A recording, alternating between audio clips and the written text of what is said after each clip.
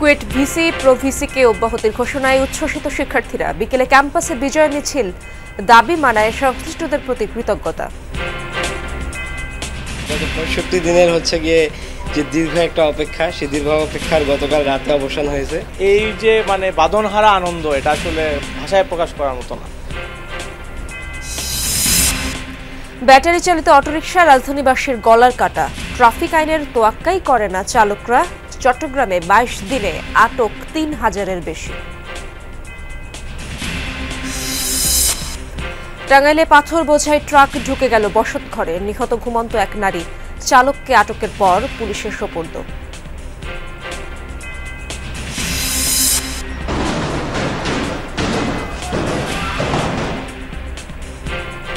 হামাসের শক্ত প্রতিরোধের মুখে কোণঠাসা ইসরায়েলি সেনাদল। ৪৫ সেকেন্ডের ভিডিও ভাইরাল। প্রশ্নবিদ্ধ আইডিএফের সক্ষমতা।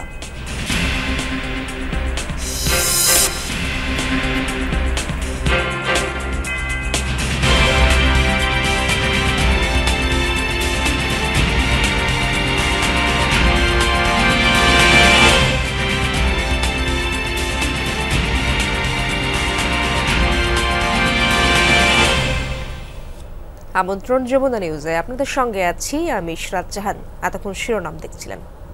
কুয়েটের উপাচার্য এবং উপ উপাচার্যকে দায়িত্ব থেকে অব্যাহতি দেওয়ার প্রক্রিয়া শুরুর ঘোষণায় উচ্ছ্বসিত আন্দোলনকারী শিক্ষার্থীরা। সকাল থেকে ক্যাম্পাসে আসতে থাকেন ছাত্রছাত্রীরা। জাতীয় পতাকা হাতে উচ্ছ্বাস প্রকাশ করেন তারা। দাবি মেনে নেওয়ায় সংশ্লিষ্টদের প্রতি কৃতজ্ঞতা জানান। বিকেলে ক্যাম্পাসে বিজয় মিছিল করা হবে বলেও জানায় তারা। সিন্ডিকেট সভার সিদ্ধান্ত অনুযায়ী শিক্ষা কার্যক্রম শুরু হবে ৪ মে। এর আগে গতরাতে তথ্য ও সম্প্রচার মন্ত্রণালয়ের সংবাদ বিজ্ঞপ্তিতে জানানো হয়, কুয়েটের সংকট নিরসন ও দ্রুত শিক্ষা কার্যক্রম শুরুর লক্ষ্যে উপাচার্য এবং উপ উপাচার্যকে দায়িত্ব থেকে অব্যাহতি প্রদানের প্রক্রিয়া শুরু হয়েছে। শিগগিরই সার্চ কমিটি গঠনের মাধ্যমে এই দুটি পদে নতুন নিয়োগ দেওয়া হবে। মধ্যবর্তী সময়ের জন্য জ্যেষ্ঠ অধ্যাপকদের মধ্যে থেকে একজনকে সাময়িকভাবে উপাচার্যের দায়িত্ব অর্পণ করা হবে। দিবাগত রাত ১টার দিকে ইউজিসির সদস্য অধ্যাপক তানজিম উদ্দিন খান আন্দোলনকারীদের জুস খাইয়ে অনশন ভঙ্গ করান। রাতের যে সুখবরটা, এটা শোনার পরে প্রায় সবাই ক্যাম্পাসে ব্যাক করছে, যারা হসপিটালে ছিল বা বাসায় ছিল। গত ৬৫ দিনের গিয়ে যে দীর্ঘ একটা অপেক্ষা, সেই দীর্ঘ অপেক্ষার গতকাল রাতে অবসান হয়েছে। এই যে বাঁধনহারা আনন্দ, এটা আসলে ভাষায় প্রকাশ করার মতো না। আর কর্মসূচি আমরা বিজয় মিছিল বের করবো ৪টার সময়। দর্শক, খুলনার সার্বিক অবস্থা জানবো আমার সহকর্মী প্রবীর বিশ্বাসের কাছ থেকে। তিনি রয়েছেন খুলনা প্রকৌশল ও প্রযুক্তি বিশ্ববিদ্যালয়ে। প্রবীর, আজ সারাদিন কুয়েট ক্যাম্পাসে শিক্ষার্থীদের কি কি কার্যক্রম রয়েছে? বিকেলে একটি বিজয় মিছিলের কথা আমরা শুনেছি। ভিসির অপসারণে শিক্ষার্থীদের প্রতিক্রিয়া কেমন দেখছেন আপনি? প্রথম বলি, শিক্ষার্থীদের টানা ৬৫ দিনের আন্দোলন এবং পরবর্তীতে টানা ৫৮ ঘন্টার অনশনের মধ্য দিয়ে তারা মনে করে এটি তাদের বিজয় হয়েছে। যে বিজয় খুব কম তাদের জীবনে, সেরকম একটি বিজয়।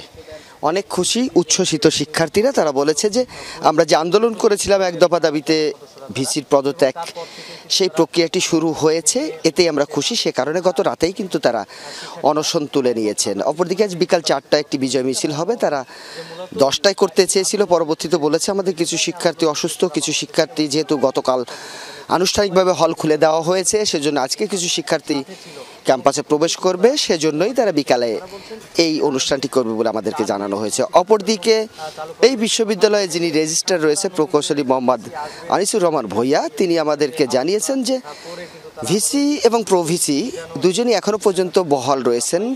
এ কারণে তাদের কাছে এখনো পর্যন্ত আনুষ্ঠানিকভাবে কোনো চিঠি পৌঁছেনি। তিনি বলছেন আপনারা যেরকমটি শুনেছেন প্রক্রিয়া চলছে, ঠিক একইভাবে এটি আমরাও শুনেছি। কারণ আপনি জানেন যে এটি ঢাকা মন্ত্রণালয়ের ব্যাপার, সেজন্য তাদের কাছে যত সময় পর্যন্ত আনুষ্ঠানিকভাবে চিঠির কপিটা না আসবে, অর্থাৎ যে অর্ডারটা দেওয়া হচ্ছে সেটি তারা না জানবে, তত সময় পর্যন্ত ভিসি এবং প্রভিসি এই দায়িত্বে পালন করবেন। তবে শিক্ষার্থীরা বলেছেন যে এই ক্যাম্পাস হবে রাজনীতিমুক্ত, এই ক্যাম্পাস হবে শান্তিপ্রিয় এবং আগামী ৪ মে থেকে যে শিক্ষা কার্যক্রম শুরু হওয়ার কথা রয়েছে, সেই কার্যক্রমের মধ্য দিয়ে পুরোদমে এই বিশ্ববিদ্যালয়টা শুরু হবে তারা মনে করে। ইশরাত, ধন্যবাদ আপনাকে প্রবীর।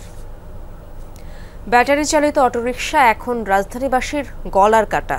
বাহনটির বেপরোয়া চলাচলে অতিষ্ঠ মানুষ। ট্রাফিক আইন বা নিয়ম কানুন কিছুই মানছে না চালকরা। মহানগর পুলিশ বলছে অটোরিকশা নিয়ন্ত্রণে নীতিমালা তৈরির কাজ চলছে। বিস্তারিত রাব্বি সিদ্দিকের রিপোর্টে। স্বল্প দূরত্বে দ্রুত গন্তব্যে পৌঁছাতে জুড়ি নেই বাংলার টেসলা খ্যাত এই যানটির। এর মাধ্যমে কর্মসংস্থান হয়েছে নিম্ন আয়ের অনেক মানুষেরও। তবে ব্যাটারি চালিত যানটি এখন গলার কাটা হয়ে দাঁড়িয়েছে রাজধানীবাসীর। অটোগুলো এত হেয়া মানে যানজটে যে একটা গলার কাটা হয়েছে, এটা সরানোর বড় কষ্ট হয়ে যেতেছে। ব্যাপারে চলাচলে যে কোনো মধ্যে দুর্ঘটনা করতে পারে, মনে আতঙ্ক থাকতে হয় অটোতে উঠলে। আমাদের মনে করেন যে অটো আর অটো, খালি শুধু অটো। জীবনে ধ্বংসের পথে, অটো ব্লক করতে হবে। ৫ আগস্টের পট পরিবর্তনের পর নাজুক আইন শৃঙ্খলা পরিস্থিতির সুযোগে বেপরোয়া হয়ে উঠেছে এই অটোরিকশা চালকেরা। শহরের অলিগলি থেকে শুরু করে দাপিয়ে বেড়াচ্ছে মহাসড়কেও। যাত্রীরা বলেন, ট্রাফিক আইন বা নিয়ম কানুনের তোয়াক্কাই করে না অটো চালকেরা, ফলে প্রায়ই ঘটছে দুর্ঘটনা।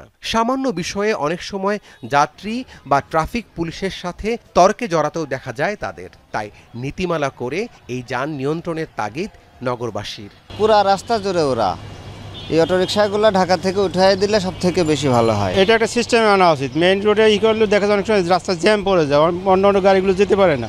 অটো একটা বিরক্তিকর অবস্থা মেইন রোডের জন্য।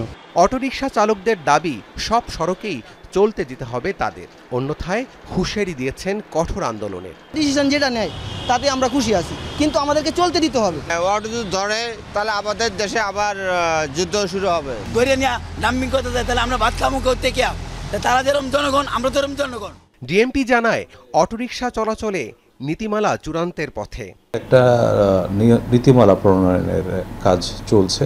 আশা করি সবকিছু যদি সুন্দরভাবে হয়, এইসব অটোরিকশা নিয়ন্ত্রণের জন্য যে প্রক্রিয়া সেটা চালু হবে এবং এক্ষেত্রে তাদের একটা সুনির্দিষ্ট নীতিমালা হলে চালক থেকে শুরু করে মালিক, যাত্রী সবার স্বার্থ কীভাবে দেখা হবে সে ব্যাপারে সুস্পষ্ট কিছু নির্দেশনা থাকবে।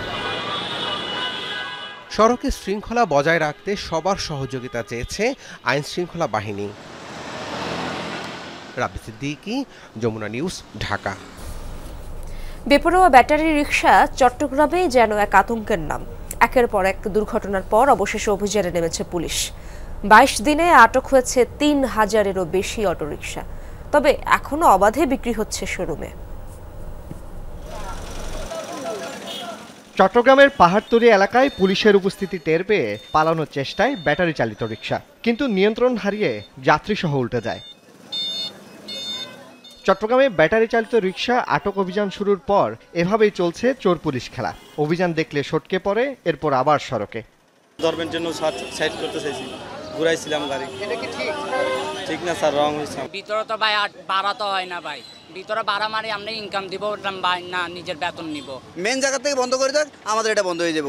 আর এটা যদি এভাবে যদি আনি, যদি আবার ছাড়ে, এটা তো একটা পুলিশের ব্যবসা। মহানগর এবং জেলা উপজেলার প্রতিটি সড়ক আর অলিগলিতে ব্যাটারি রিকশার ছড়াছড়ি।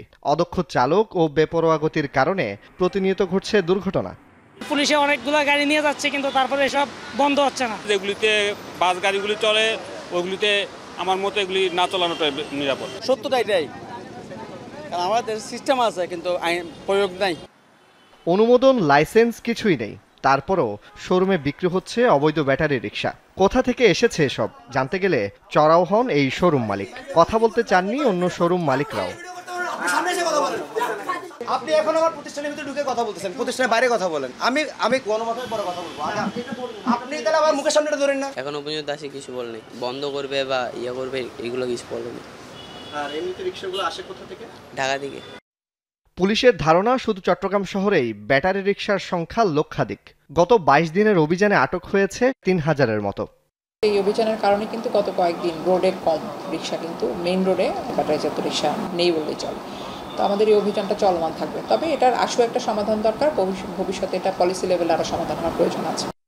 সর্বশেষ বুধবারও হাটাজারিতে সড়কে ব্যাটারি রিকশার সাথে মোটরসাইকেল সংঘর্ষে একজন নিহত হয়। এর আগে গত শুক্রবার রাতে কাপাসগোলায় চলন্ত ব্যাটারি রিকশা উল্টে হিজড়া খালে পড়লে মায়ের কোল থেকে ছিটকে পড়ে প্রাণ হারায় 6 মাস বয়সী শিশু সেহেরিস। এরপর অভিযান শুরু হলে বুধবার চাঁদগাঁয়ে পুলিশের সাথে সংঘর্ষে জড়ায় চালকরা। জুবায়েদ ইবনে শাহাদাত, যমুনা নিউজ, চট্টগ্রাম। রাজধানীর মিরপুর 2-এ নিরাপদ পথচারী পারাপারে পরীক্ষামূলক প্রকল্প চালু হয়েছে। এই বিষয়ে আরো জানবো আমার সহকর্মী রাব্বি সিদ্দিকের কাছ থেকে। রাব্বি, নতুন এই কার্যক্রমে নগরবাসী কি বলছেন এবং পথচারী চালকরা কি নিয়ম ঠিকমতো মানছেন? ইসরাত, আসলে পথচারীদেরকে এই নতুন এই নিয়ম মানতে অনেকটা বাধ্যই করছে এখন আমরা দেখতে পাচ্ছি ট্রাফিক পুলিশ, এবং এটি কিন্তু কিছুক্ষণ আগে এই প্রকল্পটির উদ্বোধন করা হয়েছে আনুষ্ঠানিকভাবে। এটি একটি পরীক্ষামূলক প্রকল্প। দেখতেই পাচ্ছেন সবুজ বাতি জ্বলে আছে, সবুজ বাতি লাল বাতি। এই বাতি যখন সবুজ হবে তখন শুধুমাত্র রাস্তা পার হওয়া যাবে, এবং বাতি যখন লাল থাকবে তখন কিন্তু ফুটপাতে অবস্থান করতে হবে। আমরা দেখতেই পাচ্ছি যে এই নিয়ম মানতে কিন্তু বাধ্য করা হচ্ছে পথচারীদের, এবং পথচারীরাও অভ্যস্ত হয়ে যাচ্ছে ধীরে ধীরে। তবে সময়ের প্রয়োজন। অতিরিক্ত কমিশনার ট্রাফিক তিনি এই প্রকল্পটি কিছুক্ষণ আগে ঘুরে দেখেন। এই প্রকল্পের অর্থায়নে আছে জাইকার কর্মকর্তারাও কিন্তু আছেন। মূলত এই জেব্রা ক্রসিং পার হতে হবে তখনই যখন এই বাতি যখন লাল থাকবে। আমি দেখাতে চাই যে যারা ট্রাফিকের সহায়তাকারী আছেন তারা আজকে অনেক চেষ্টা করছেন পুরো নিয়মটিতে অভ্যস্ত করার জন্য, যদিও তারা সার্বক্ষণিক থাকবেন না। এবং এই প্রকল্পটি যেহেতু পরীক্ষামূলক, এখানে সফল হলে এই প্রকল্পটি পর্যায়ক্রমে ঢাকার আরও 20টি পয়েন্টে চালু হবে। তবে এটি সফলতার উপর নির্ভর করবে এই প্রকল্পের ভবিষ্যৎ। Dhaka road traffic safety project DRSP এই প্রজেক্টের এই নিরাপদ পথচারী পারাপারের পরীক্ষামূলক প্রকল্প প্রাথমিকভাবে মিরপুর কলেজের সামনের যেই জেব্রা ক্রসিং আছে সেইখানে এই প্রকল্পটি চালু হয়েছে, এবং রাস্তা পার হবার জন্য ফুটপাতে থাকা যে সুইচ বাটন সেই বাটনটি চাপ দিচ্ছে, কিন্তু এখন স্বয়ংক্রিয়ভাবেই এইটি এখন বাটনে চাপ দিতে হচ্ছে না, স্বয়ংক্রিয়ভাবেই টাইম সেট করা আছে। 1 মিনিট 30 সেকেন্ড পরপরই কিন্তু এরা এই জেব্রা ক্রসিং বা রাস্তা কিন্তু পার হওয়া যাচ্ছে। এবং সেক্ষেত্রে পথচারী যারা চালক সবাইকেই এই সিগন্যাল মানতে হবে, এবং সিগন্যালটি মানাতে বাধ্য করছে কিন্তু এখন ট্রাফিকের যারা সহায়তাকারী আছেন তারা। অনেক চালক আছেন যারা মানতে চাইছেন না, অনেক পথচারী আছেন যারা বুঝতে চাইছেন না যে কিভাবে তারা রাস্তা পার হবেন, এবং যথাযথ রাস্তা পার হবার কারণে যে দুর্ঘটনা ঘটে সেই দুর্ঘটনার ঝুঁকি কমাতেই এই পরীক্ষামূলক প্রকল্প, এবং যেটি কিন্তু চালু হয়েছে আজ আনুষ্ঠানিকভাবে। ইসরাত, পথচারী এবং চালকেরা সেই নিয়ম মানবেন সেই আশা ব্যক্ত করছে। ধন্যবাদ আপনাকে রাব্বি। টাঙ্গাইলে পাথর বোঝাই একটি ট্রাক নিয়ন্ত্রণ হারিয়ে বসতঘরের ওপর উল্টে পড়ে নিহত হয়েছেন একজন। নিহতের নাম রমেচা বেগম।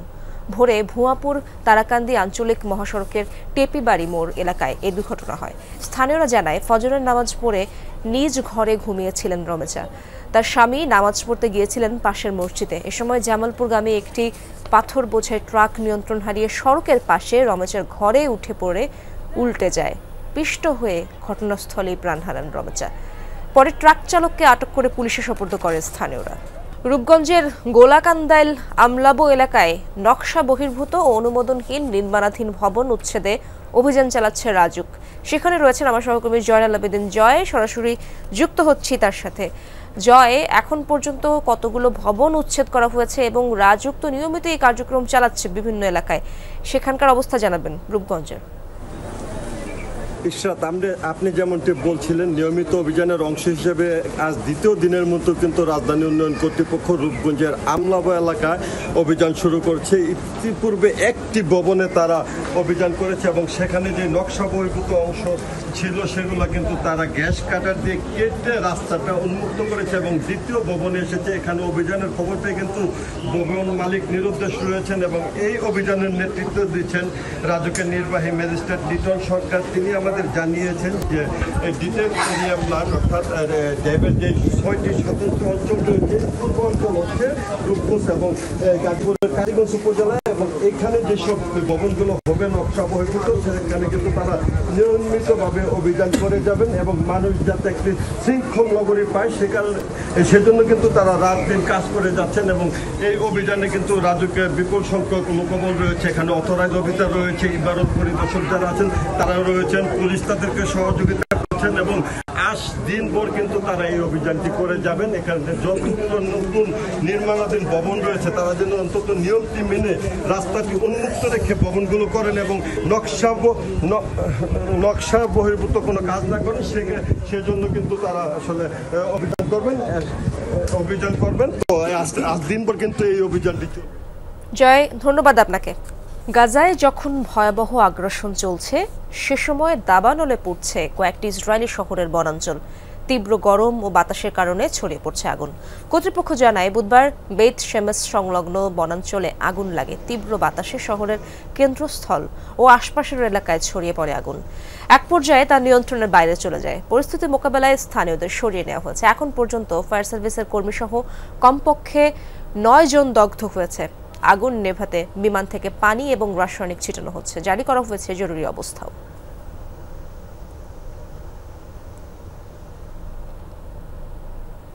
বিশ্বের অন্যতম প্রশিক্ষিত এবং যুদ্ধ সরঞ্জামে সুসজ্জিত ইসরায়েলি সামরিক বাহিনীর কাছে এখনও আতঙ্কের নাম হামাস।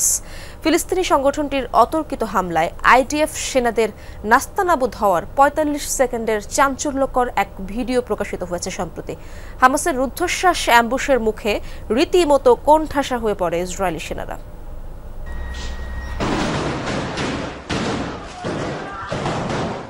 গাজার একটি ভবনে চলছিল ইসরায়েলি বাহিনীর স্থল অভিযান, কিন্তু তাদের লক্ষ্য করে হঠাৎই পাল্টা হামলা করে হামাসের সদস্যরা। কোনো কিছু বুঝে ওঠার আগেই গুলিবিদ্ধ হয় একের পর এক ইসরায়েলি সেনা। হামাস যোদ্ধাদের অ্যাম্বুশের মুখে রীতিমতো কোণঠাসা হয়ে পড়ে ইসরায়েলি সেনারা। প্রাণ বাঁচাতে ক্ষতিগ্রস্ত ভবনটির একটি কক্ষে আশ্রয় নেয় আইডিএফ সেনারা, কিন্তু তাতে যেন রক্ষা নেই। সেই কক্ষ লক্ষ্য করে একের পর এক গ্রেনেড ছুটতে থাকে হামাস যোদ্ধারা। ছোট্ট কক্ষে আটকে পড়া ইসরায়েলি সেনাদের ওপর যেন রীতিমতো নরক নেমে আসে। একপাশে চলছে হামাস যোদ্ধাদের গুলিবৃষ্টি, অন্যদিকে নেই বের হওয়ারও কোনো পথ। গাজা ইসরায়েলি বাহিনীর চলা অভিযানের এই ভিডিও নিয়ে নেটিজেনদের মাঝে চলছে তোলপাড়। বিভিন্ন গণমাধ্যমের দাবি, দুই পক্ষের মধ্যে হওয়া লড়াইয়ের এই ঘটনা গেল মাসের। এ অবস্থায় প্রশ্ন উঠেছে হামাসকে দমাতে ইসরায়েলি অভিযানের কার্যকারিতা নিয়েও। পুরো উপত্যকাটি ধুলোয় মিশিয়ে দিলেও হামাসকে দমাতে গিয়ে রীতিমতো হিমশিম খাচ্ছে তেল আবিব। স্বাধীনতাকামী গোষ্ঠীটির এমন পাল্টা জবাবে আইডিএফের এমন ধরাশায়ী হওয়াও পরিণত হয়েছে নিয়মিত ঘটনায়। হামাসকে দমাতে ইসরায়েলের ব্যর্থতার অন্যতম কারণ হিসেবে মনে করা হচ্ছে এই সুবিস্তৃত টানেল।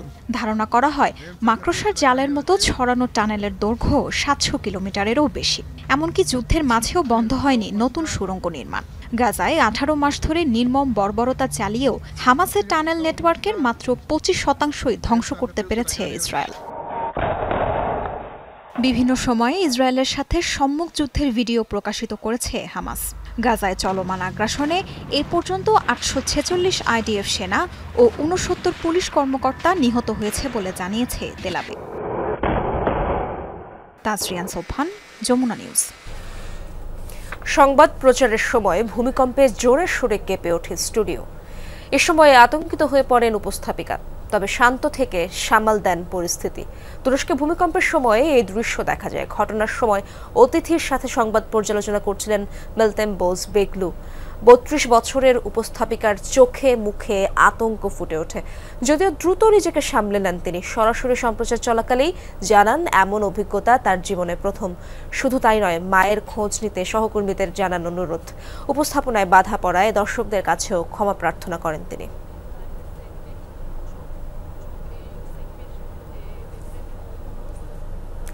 এইচএফ কাপ হকিতে ইন্দোনেশিয়ার জাকার্তায় পুল বিতে নিজেদের চতুর্থ শেষ ম্যাচে শ্রীলঙ্কাকে 5-0 গোলে হারিয়েছে বাংলাদেশ। টানা 4 জয়ে 12 পয়েন্ট নিয়ে গ্রুপে সেরা হয়ে সেমিফাইনালে উঠল মামুনুর রশিদের দল।